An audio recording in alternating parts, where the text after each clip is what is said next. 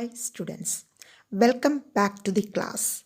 In the previous videos, we discussed about medieval world centers of power. Hope all of you learned it. Today we are starting the first chapter from Geography, Sun, the Ultimate Source.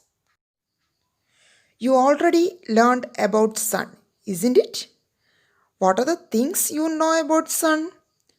From this small class itself, you learned that Sun is the star at the center of the solar system, and it is the most important source of energy for life on Earth. Solar energy reaches Earth in the form of short waves.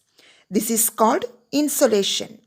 Due to insolation, the Earth's surface gets heated.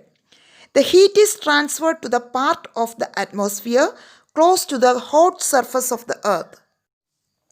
Next, we are going to the processes of heat transfer in the atmosphere. There are mainly four processes. First one, conduction. Second one, convection. Third one, advection. And fourth one, terrestrial radiation. First, conduction. I will show an experiment. Take a lighted candle, then place an iron rod above the lighted candle. We can see the top of the iron rod gets heated, then the heat is transferred to the other end of the iron rod. This process is called conduction. How can we explain conduction? Heat is transferred to the part of the atmosphere close to the hot surface of the Earth. Next, convection. I will show another experiment. When water is heated, hot water rises and cooler water sinks. You know, heated water expands and rises up. This process is called convection. How can we explain convection? Heated air expands and rises up. This process is called convection. Next, advection. Let's start with a small video.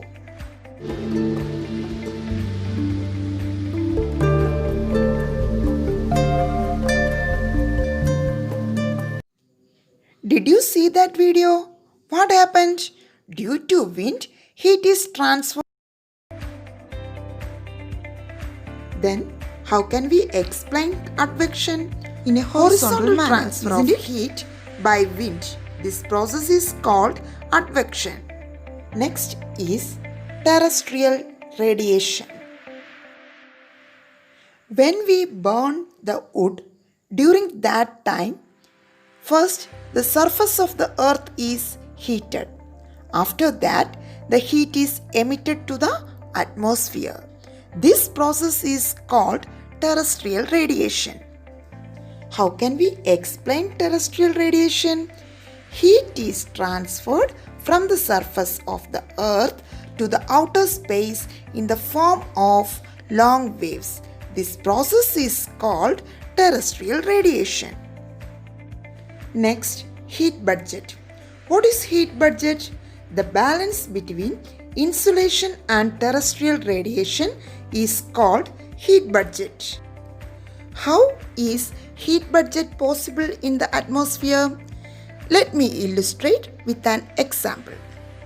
Let's assume the amount of incoming solar energy at the top of the atmosphere is 100%, which means 100% of sun rays are heating the exosphere, the first and the outermost layer of the atmosphere. Now, while passing through the layers of the atmosphere, some amount of energy is reflected, scattered, and absorbed. Only the remaining part reaches the Earth's surface. So, 35% of the sun rays are reflected back to space. Even before reaching the Earth's surface, 35% of the reflected radiation is called albedo. of the Earth. In other words, albedo means how much of sun's energy is reflected back into the space.